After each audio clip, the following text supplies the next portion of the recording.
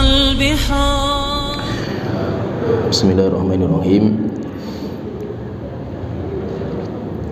Innal hamdalillah nahmaduhu wa nasta'inuhu wa nastaghfiruh wa na'udzu billahi min shururi anfusina wa min sayyiati a'malina may yahdihillahu fala mudhillalah wa may yudlil fala hadiyalah wa asyhadu an la ilaha illallah wahdahu la syarikalah wa asyhadu anna Muhammadan abduhu wa rasuluh amma ba'du.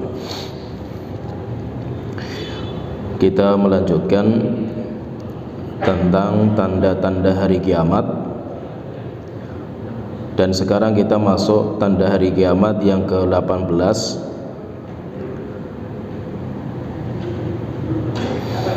yaitu kathratu syurbil khamri wastihlaluha. Di antara tanda hari kiamat itu banyaknya peminum khamr dan orang-orang yang menghalalkan khamr. Yaitu di antara tanda hari kiamat itu nanti khamr itu semakin merajalela, dan minum khamr itu akan dijadikan sebagai kebiasaan, sehingga banyak orang-orang yang menghalalkan khamr, sehingga khamr itu seperti barang halal karena kebiasaan mereka. Bahkan saking biasanya mereka, akhirnya mereka pun menamakan khamr dengan nama-nama yang lain. Kenapa? Karena saking kebiasaan mereka. Dan banyak sekali riwayat yang menjelaskan tentang masalah khamr ini. Di antaranya Rasulullah SAW beliau bersabda dari Anas bin Malik radhiyallahu anhu, Rasulullah SAW bersabda, "Inna min asyrati sa'ah."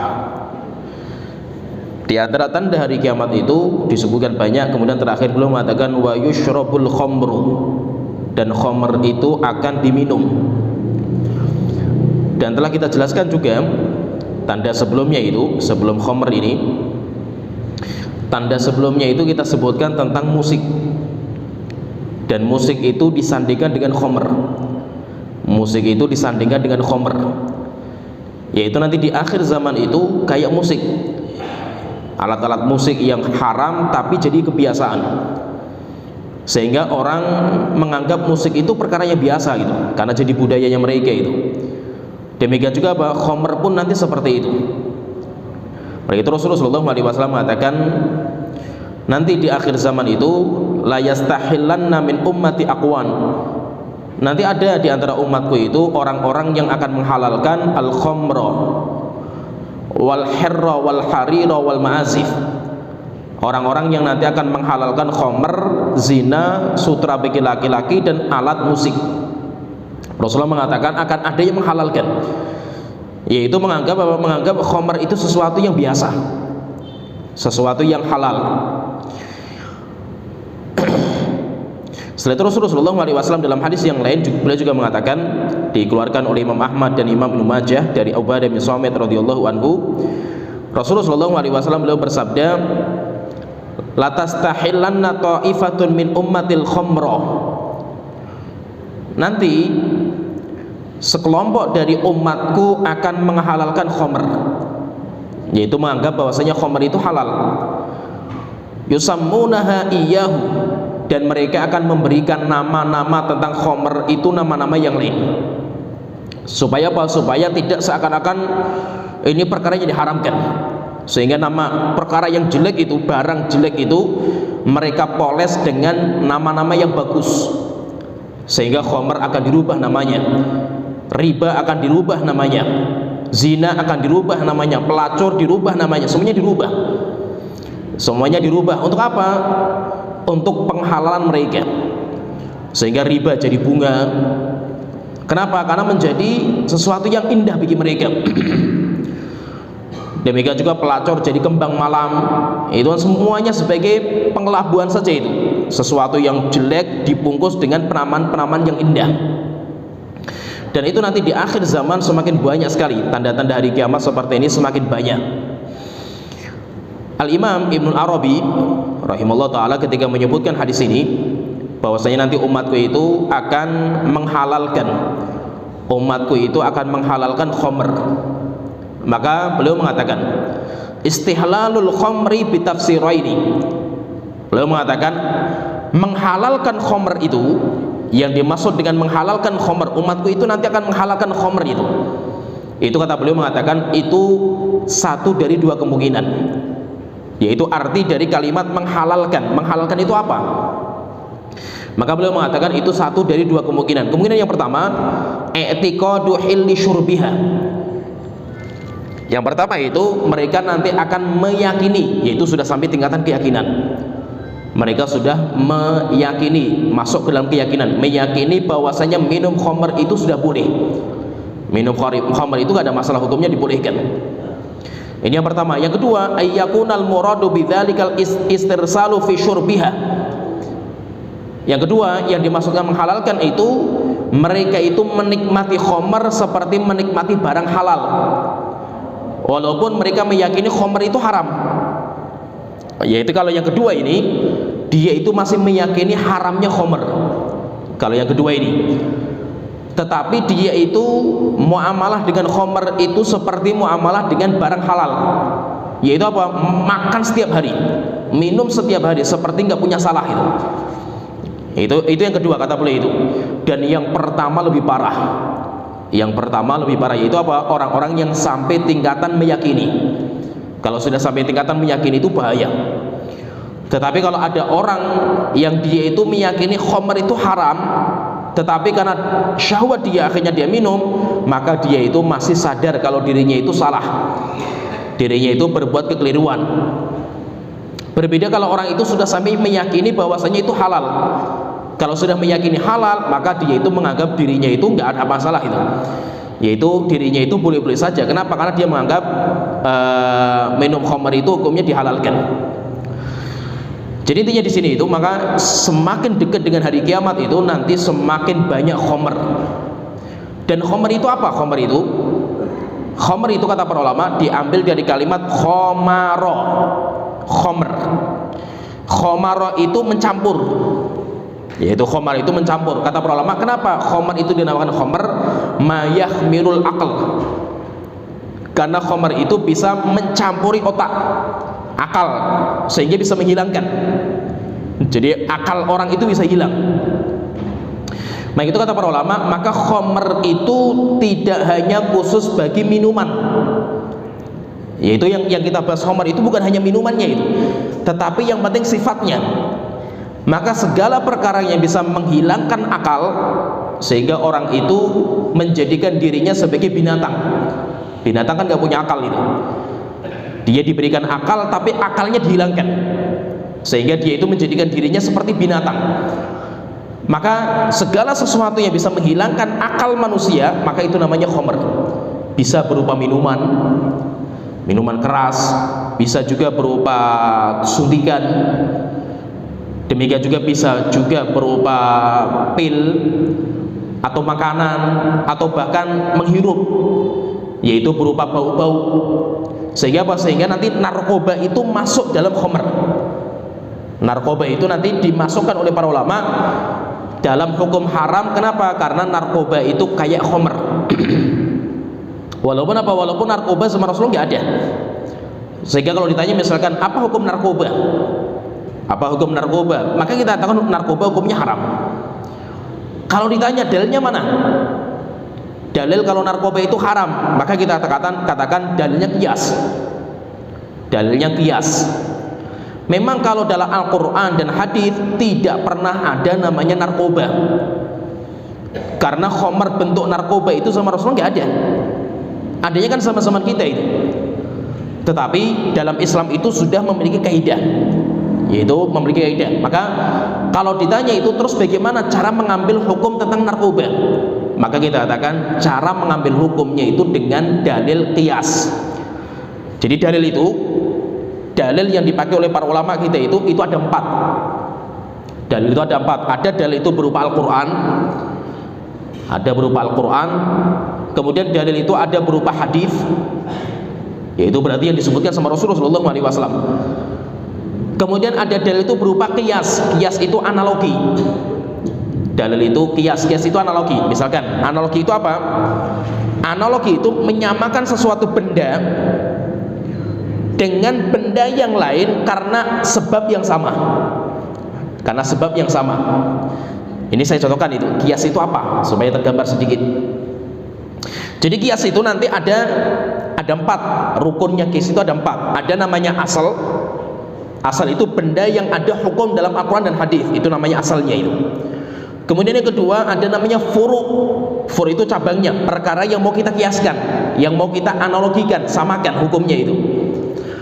Kemudian yang ketiga harus ada namanya illah. Illah itu penyebab kenapa asal itu diharamkan. Penyebabnya itu apa? Kemudian yang keempat harus ada hukum.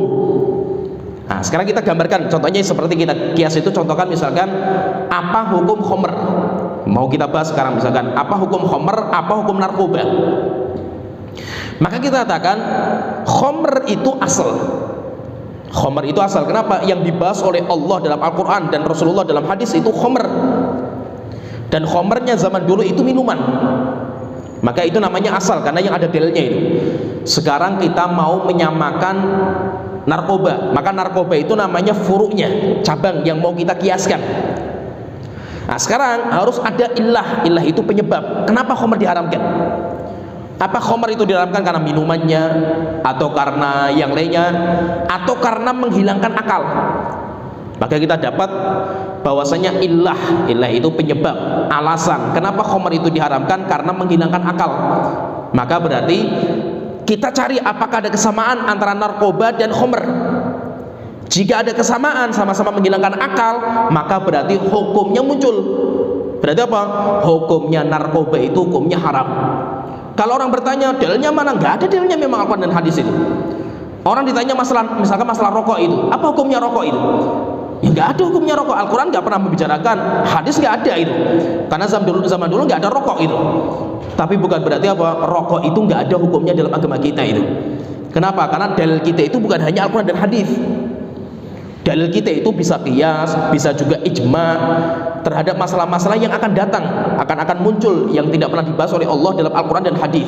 Tapi kan kita punya qiyas. Oleh itu berarti apa? Berarti intinya khomer itu apa sih? Kenapa kok khomer itu diharamkan? Bukan karena minuman kerasnya, bukan. Khomer itu diharamkan bukan minuman kerasnya. Berarti kalau cuma minuman keras, minuman, berarti kalau makanan tidak. Berarti kalau buah-buahan tidak. Berarti kalau sayuran atau daun-daunan tidak. Berarti kalau cuma asap, bau-bauan berarti tidak, karena itu minuman. Maka kita katakan tidak. Khomer itu diharamkan karena menghilangkan akal. Karena menghilangkan akal, maka semua yang bisa menghilangkan akal, baik berupa cairan, berupa padatan, atau berupa asap, maka semuanya diharamkan. Semuanya diharamkan. Kenapa diharamkan? Karena ilahnya menghilangkan akal, ilahnya itu, yaitu sebabnya. Mengapa khomer itu diharamkan itu ada. Oleh itu berarti baik berupa minuman, minuman keras misalkan, atau padatan, bisa berupa pil, atau makanan, kecubung, atau bahkan daun-daunan itu. Daun-daunan yang mana kita kalau makan itu bisa hilang akal kita itu. Atau suntikan, atau juga bau-bauan itu, maka itu semuanya dinamakan dengan khomer. Dan khomer itu sekarang kalau ditanya misalkan ini masalah fikih sebenarnya, ini pembahasan fikih karena masalah penting itu. Khomer itu apakah alkohol? Apakah khomer itu adalah alkohol? Sehingga sering kita katakan khomer itu apa? Minuman yang beralkohol. Sekarang pertanyaan di sini, alkohol itu khomer atau tidak? Alkohol itu khomer atau tidak? Apalagi zaman sekarang itu. Zaman sekarang karena kecanggihan teknologi itu, sehingga zat-zat yang bersifat kimiawi itu bisa dipisahkan. Vitamin A, vitamin itu bisa dipisahkan gitu.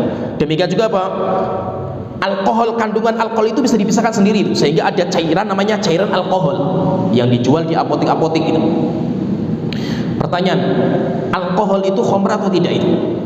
Maka kita katakan wallahu alam, walaupun khilaf dalam masalah ini, kita katakan alkohol itu bukan khomer.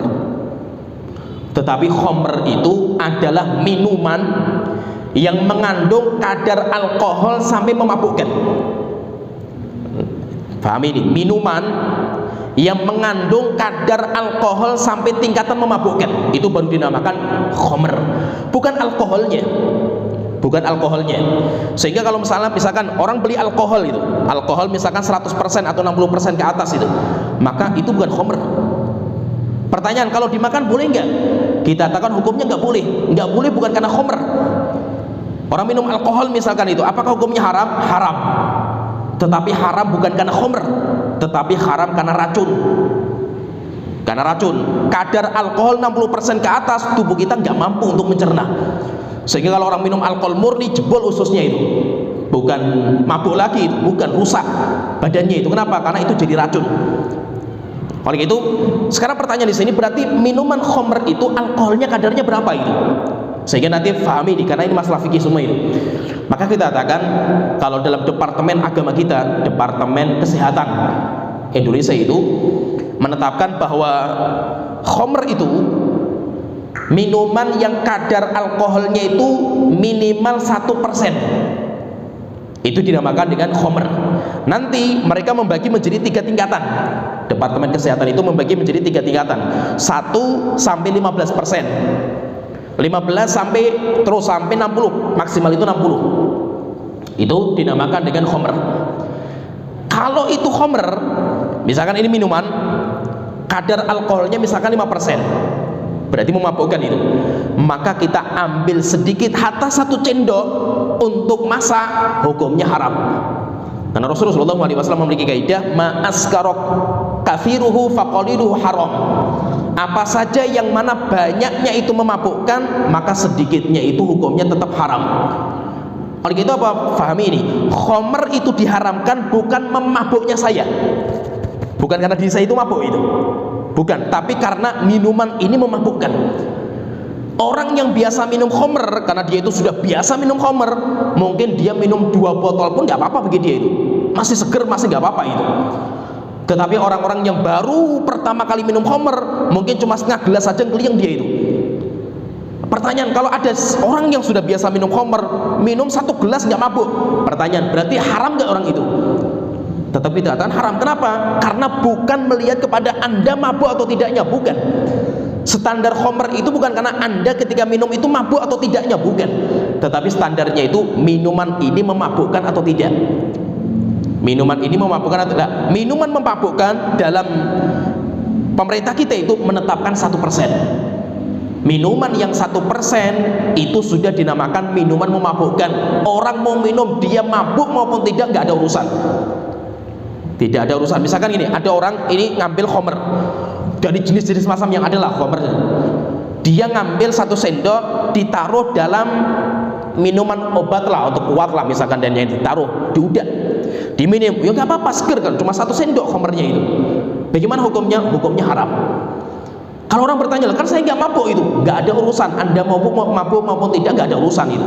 Yang penting apa? Anda minum minuman yang memabukkan. Nah, pertanyaan sekarang kalau seandainya minuman itu kadar alkoholnya kurang dari 1%, apa itu? Nabidh. Istilahnya kalau kita itu namanya nabidh. Jadi proses untuk sampai ke khamr, itu jadi ada beberapa tingkatan. Pertama itu kita mencampur, bisa diperas.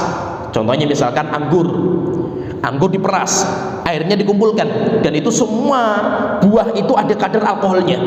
Bisa anggur, bisa kurma, bisa bahkan gandum. Zaman dulu gandum juga ada, dan yang lainnya. Jadi sesuatu minuman yang berasal dari pohon atau dari tumbuhan atau dari buah-buahan itu pasti ada kadar alkoholnya. Tapi untuk naik kadar alkoholnya itu harus difermentasi. Istilahnya difermentasi dulu itu. Maka tingkatan pertama itu pencampuran atau pemerasan, diperas. Misalkan kalau kita misalkan korma, bisa nggak dibikin khamr? Bisa. Bagaimana caranya itu? Korma itu dicampur air, didiamkan, maka nanti akan terjadi proses fermentasi. Menjadi apa? Nanti akan menjadi nabidh. Nabidh itu kalau istilah kita sari buah. Itu rasanya manis, sari buah namanya. Itu kalau dibiarkan lagi nanti akan menjadi khamr. Kalau dibiarkan lagi nanti akan menjadi cuka. Itu akan menjadi cuka karena proses fermentasi itu. Maka itu cuka yang asli pasti melewati proses khamr. Tetapi apa? Karena fermentasinya itu zat yang memabukkan sudah berganti, maka cuka itu dibolehkan. Bahkan makanan atau lauk yang paling dicintai sama Rasul itu cuka.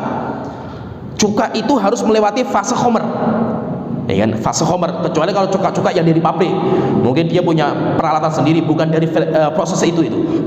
Tetapi kalau cuka-cuka yang asli dari buah itu pasti melewati ini. Jadi dari campuran atau pemerasan, setelah itu menjadi sari buah, kemudian menjadi khomer, dibiarkan, nanti akan menjadi cuka. Nah, pertanyaan di sini, bagaimana hukum kalau kita itu minum sari buah? Di mana sari buah itu ada alkoholnya, itu ada itu, seperti tape diperas, air tape. Atau kita itu punya apa saja lah, gitu, korma atau apa saja itu, bahkan madu saja bisa. Kita punya madu campur dengan air itu, biarkan itu. Atau durian, lebih kuat lagi durian itu. Dan nanti lama dan tidaknya itu sesuai dengan kondisi tempat. Jadi tempat itu menentukan panas dan lembabnya. Paling itu kalau fermentasi di Timur Tengah itu lebih cepat karena panas, berbeda dengan fermentasi di Indonesia. Sekarang ini saya contohkan, saya ngejus buah apa saja lah, mau buah apa, mangga, mau apa saja itu, kemudian saya taruh di botol itu. Lama lupa saya itu, nggak meminum itu. Akhirnya ketika saya minum itu, ketika saya buka itu ada gasnya itu.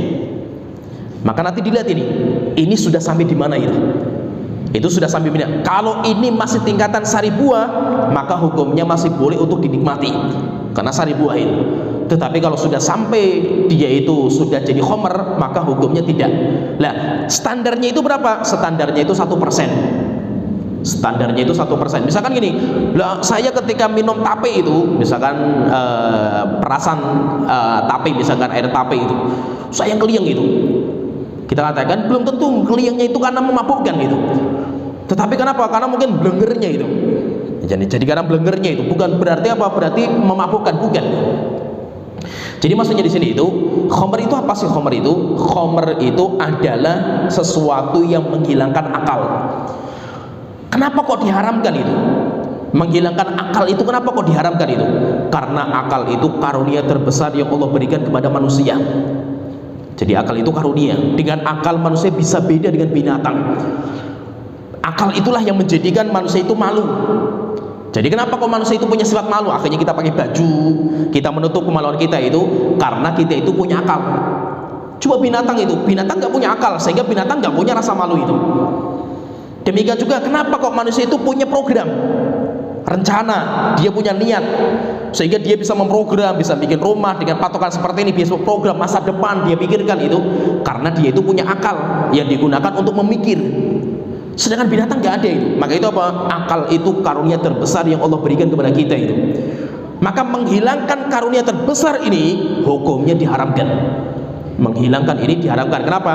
Karena kalau orang itu sudah hilang akalnya, sifatnya seperti binatang, sehingga tidak ada rasa malu, nggak bisa mikir antara masalah dan madharat dan yang lainnya. Sehingga bahwa syaitan itu nanti akan merusak manusia ketika orang itu mendekati khomer. Kalau sudah khomer, rusak semuanya itu.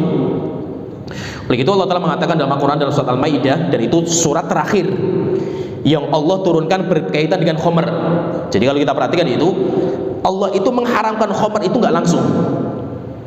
Kenapa nggak langsung? Karena para sahabat itu pecandu khomer. Khomer itu jadi kebudayaan mereka.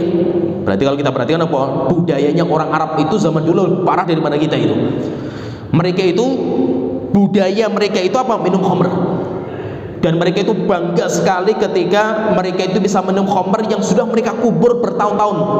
Sehingga biasanya mereka itu kalau memendam khomer itu di tanah, dan itu paling cepat dan paling bagus. Kualitas khomernya itu paling bagus kalau disimpan di tanah. Dan mereka itu paling bangga ketika ada tamu spesial. Ada tamu spesial, kemudian dihidangkan khomer, sehingga khomer itu kayak barang paling spesialnya mereka itu. Akhirnya khomer itu nggak langsung diharamkan. Sampai para sahabat mengatakan, jika seandainya pertama kali yang Allah turunkan dari syariat itu haramnya khomer, tidak akan diantara kita yang mampu untuk masuk Islam. Kenapa? Karena kita meninggalkan candu ini luar biasa beratnya itu. Akhirnya apa? Islam itu untuk bicara masalah khomer itu bertahap. nggak langsung diharamkan. Pertama, orang itu disuruh berpikir. Wa yas'alunaka 'anil khamri wal maisir. Wahai Muhammad, orang-orang datang kepada engkau bertanya tentang khamr dan judi. Qul fihima ithmun kabir, katakan kepada mereka itu, judi dan khamr itu ada kejelekan yang banyak. Wa manafi'u linnas, tetapi khamr dan judi itu memang ada manfaat bagi manusia. Ada manfaatnya. Contohnya misalkan di beberapa negara Eropa itu, bukan berarti mereka itu minum khamr untuk berfoya-foya, bukan. Khamr itu mereka minum supaya untuk istirahatnya itu totalitas. Maka mereka kerja capek, mereka pulang kerja karena capeknya itu mereka mampir kafe sebelum tidur itu, nanti minum khamr baru tidur. Kenapa? Karena dengan itu tidur mereka itu bisa pulas, sehingga bisa tidur 3 jam 2 jam sudah cukup. Kenapa? Karena pulasnya itu. Berarti menunjukkan apa? Menunjukkan khamr itu ada manfaatnya, ada. Judi ada manfaatnya. Kenapa? Karena terkadang Anda menang juga itu. Kalau menang kan dapat keuntungan gitu. Tetapi Allah Ta'ala mengatakan wa ithmuhuma akbaru min naf'ihima, tetapi dosanya itu, kerusakannya lebih besar daripada manfaatnya. Nah, ayat pertama ini ketika diturunkan itu Allah tidak jelas membicarakan hukum khamr, tetapi kita disuruh berpikir. Ayat itu masih ada di Al-Quran itu, kita masih baca itu, tetapi ayat itu nggak boleh diamalkan. Setelah itu Allah Ta'ala menurunkan, berjalan waktu, turunkan ayat yang kedua, la taqrabus sholata wa antum sukara, janganlah kalian itu mendekati sholat, mendekati masjid dalam kondisi mabuk. Sholat nggak boleh mabuk. Tapi kalau nggak sholat, belum Allah bicarakan, belum Allah bicarakan, sehingga yang dilarang hanya dalam sholat saja. Sampai akhirnya berjalan waktu, turun syariat yang ketiga, baru Allah Ta'ala jelaskan hukumnya itu. Allah berfirman dalam surat Al-Maidah ayat 90 sampai 91. Allah Ta'ala berfirman, ya ayyuhalladzina amanu, wahai orang-orang yang beriman, innamal khamru wal maisiru wal ansabu wal azlamu rijsun min amali syaitan. Wahai orang-orang yang beriman, sesungguhnya khamr disebutkan 4. Khamr, judi, mengadu nasib, azlam mengadu, wal ansab dan berhala, patung, rijsun perkara yang kotor, min amali syaitan termasuk perbuatan syaitan, fajtanibu tinggalkanlah perkara-perkara ini, la'allakum tuflihun semoga kalian itu sukses dan selamat. Innama yuridu syaitan ayyuqi'a bainakumul adawata wal baghdha'a fil khamri wal maisir, sesungguhnya Allah itu, sesungguhnya syaitan hendak menjadikan kalian itu bermusuhan dan gontok-gontokan karena sebab khamr dan judi. Wa yasuddakum an dzikrillah, dan syaitan itu ingin menghalangi kalian dari berzikir kepada Allah, wa anis sholah, dan dari sholat. Fahal antum muntahun, apakah kalian itu akan bisa berhenti? Ketika diturunkan ayat ini, langsung para sahabat itu ngambil dirigen-dirigen mereka yang mereka simpan di rumah, mereka bongkar kuburan-kuburan mereka yang dikubur di dalamnya itu khamr. Setelah itu dipecah di jalan-jalan, sampai akhirnya Madinah itu banjir khamr. Setelah itu selesai, khamr diharamkan itu sampai hari kiamat, tidak ada perubahan. Jadi Rasulullah SAW kalau kita perhatikan itu, demikian juga Allah Ta'ala itu intinya menyebutkan bahwasanya khamr itu haram. Dan khamr itu kenapa diharamkan? Karena khamr itu menghilangkan akal. Zaman itu memang khamr itu berupa minuman, tidak ada yang lainnya itu. Tetapi zaman sekarang itu berkembang. Bahkan nanti perkembangannya semakin mengerikan lagi itu. Bahkan terkadang permen, kan sudah ada lagi khamr itu berupa bau-bauan kan itu. Itu juga khamr itu. Bahkan nanti ada khamr itu mungkin berupa sudah dipraktekkan di beberapa negara-negara itu, militer-militer itu kan pakai kayak permen yang tipis-tipis itu taruh di atas lidahnya mereka supaya menghilangkan rasa takut ketika berperang itu. Dan itu khamr juga itu, sehingga nanti khamr itu akan berkembang, perkembangannya cepat sekali khamr itu, nanti macam-macam modelnya itu. Maka kita katakan semuanya hukumnya diharamkan. Dan nanti siapa yang minum khamr di dunia, siapa yang minum khamr di dunia, maka tidak akan mencium khamr nanti di hari kiamat. Oleh itu kalau kita perhatikan itu dalam beberapa riwayat, Rasulullah SAW menyebutkan hukuman bagi peminum khamr. Rasulullah SAW mengatakan, misalkan dalam sebuah hadis dikeluarkan oleh Imam Muslim, Rasulullah SAW beliau bersabda, kullu muskirin haramun, setiap yang memabukkan hukumnya haram. Wa inna Allahi ahdan, dan Allah memiliki perjanjian. Allah memiliki perjanjian liman yashrabil muskir, bagi siapa yang minum khamr, ayyasqiyahu min tinatil khibal, Allah nanti akan memberikan minum kepada orang itu di hari kiamat dari mata air tanah yang penuh dengan kerusakan. Yaitu ada tanah, nanti ada mata airnya itu, ada air yang ngumpul di situ, dan nanti peminum khamr dunia itu akan diminumkan dari air itu. Maka Rasulullah bertanya itu, ya Rasulullah, wa matinatul khibal, apa tanah khibal itu yang penuh dengan kerusakan itu apa itu? Maka Rasulullah mengatakan irqu ahlin nar, itu adalah keringat-keringat penghuni neraka. Au isaratu ahlin nar, atau nanah-nanah mereka. Jadi penghuni neraka keringatnya dan nanahnya itu akan dikumpulkan di bawah. Di dalam bawah itu, di dalam tanah, nah, di bawahnya itu nanti akan menjadi minuman bagi peminum khamr. Peminuman bagi minum khamr, berarti minum khamr itu nanti akan diberikan minum seperti ini.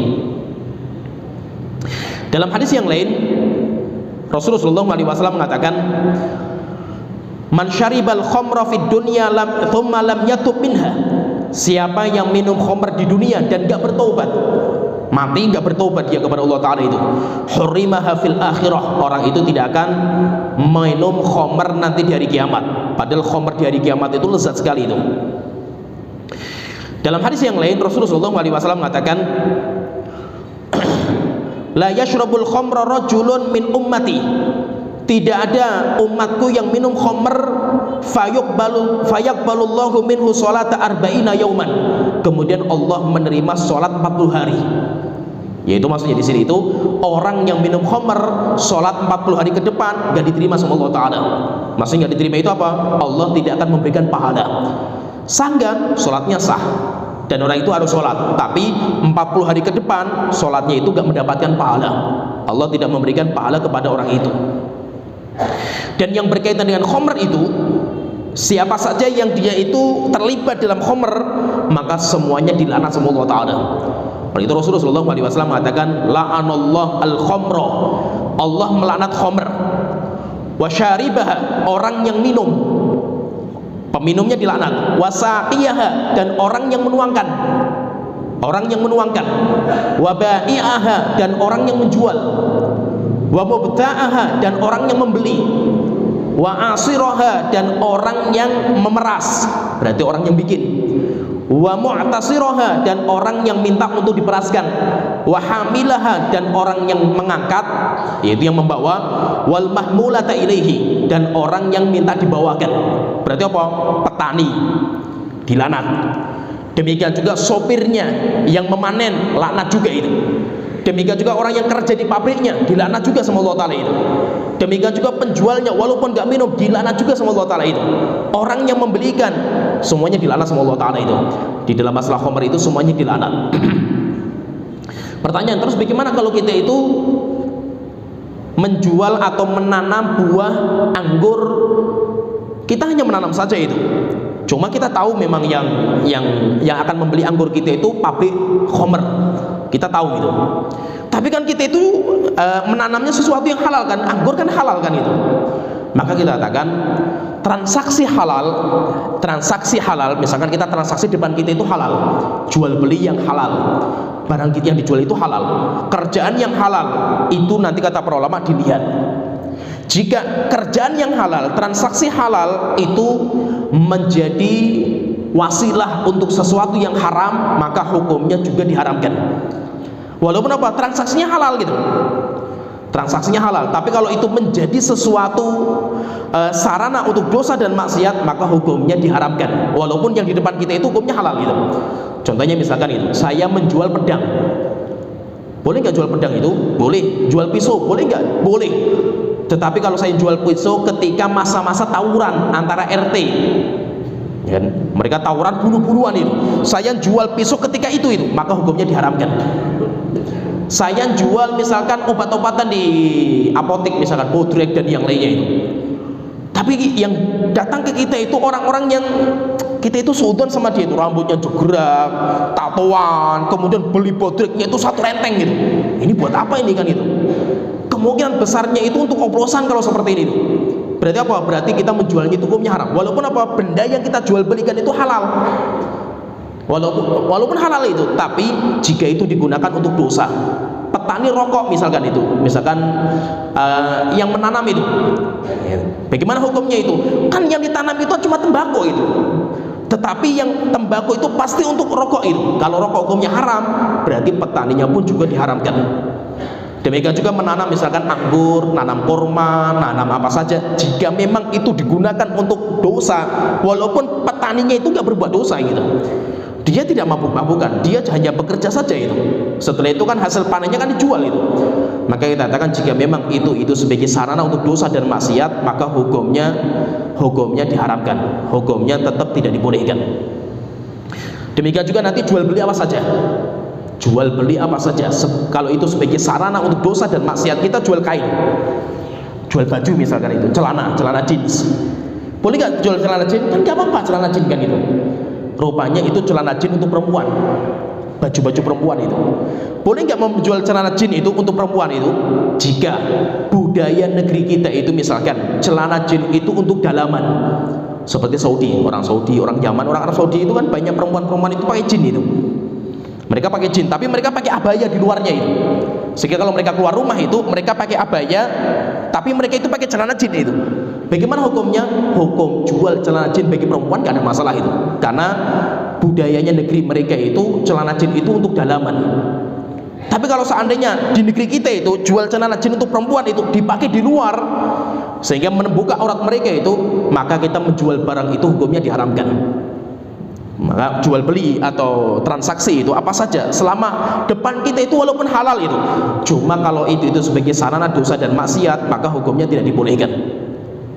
Maka dalam masalah khamr itu yang dilaknat bukan hanya peminumnya itu, bukan hanya peminumnya, yang minum, yang menuangkan, yang membeli, yang menjual, yang memeras, yang manen, yang petaninya, semuanya diharamkan.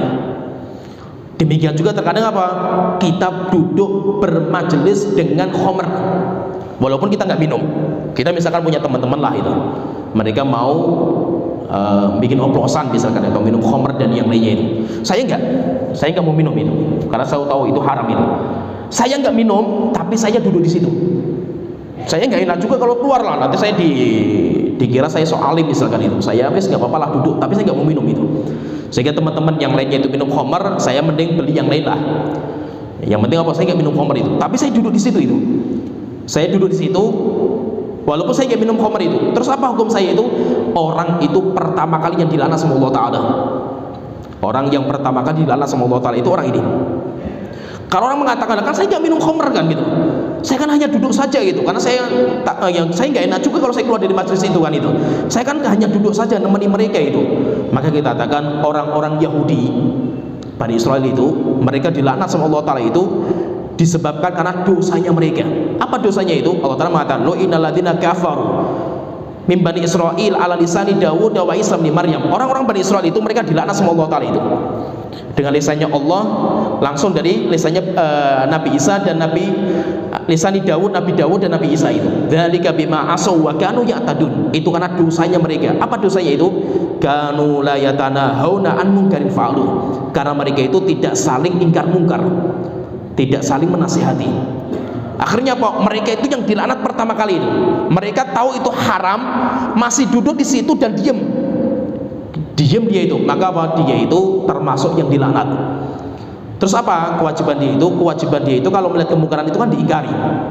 Bisa mengingkari dengan tangan kalau dia itu punya kekuasaan, kalau tidak punya maka dengan lisan ngomong, kalau tidak bisa minimal dengan hati. Namanya mengingkari dengan hati itu dengan meninggalkan majelis itu. Kalau kita itu ngingkari dalam hati tapi masih duduk di situ, sama saja itu. Kita berarti termasuk orang yang setuju. Maka orang mengingkari itu minimal dia meninggalkan. Dan itu pentingnya komunitas. Pentingnya komunitas. Kalau kita punya teman-teman seperti ini, tidak ada cara kita selamat kecuali kita tinggalkan. Tetapi kalau kita itu malas atau tidak mau meninggalkan teman-teman lama kita, teman soft talk kita, teman majelis kita, padahal teman-teman kita seperti itu. Ya udah, mending yang penting saya kumpul tapi saya nggak mau minum lah itu. Maka kita katakan Anda pun termasuk yang dilaknat sama Allah Taala. Oke, itu nggak main-main dalam masalah ini. Selama itu dosa besar, tidak ada pilihan kita kecuali kita itu meninggalkan dosa itu. Kalau teman kita seperti itu, ya kita tinggalkan majelis. Walaupun terkadang kita punya teman-teman lama itu nanti kita akan dicaci maki. Jadi intinya di sini itu intinya khamr itu hukumnya haram. Khamr itu hukumnya haram, dan khamr itu tidak hanya berkaitan dengan minuman. Khamr itu bukan hanya minuman, dan apa saja yang itu adalah memabukkan maka hukumnya tidak dibolehkan. Dan khamr itu kalau dibahas misalkan ini masalah fikih juga itu, khamr itu najis atau tidak? Khilaf di antara para ulama itu. Khilaf di antara para ulama. Jumhur ulama mengatakan najis. Jumhur ulama mengatakan najis. Dan itu 4 mazhab. Tetapi sebagian ulama mengatakan tidak najis. Apa dalilnya? Karena para sahabat itu memecah dirigen-dirigen mereka di pinggir jalan, di jalan-jalan Madinah. Kalau seandainya itu barang najis, nggak mungkin dipecah di jalan-jalan kan itu. Itu nanti juga berkaitan dengan alkohol. Boleh nggak misalkan itu? Kalau ditanya, ini cabang dari masalah itu. Kita sholat pakai minyak wangi yang beralkohol. Kita sholat itu kita pakai minyak wangi yang beralkohol, boleh nggak itu?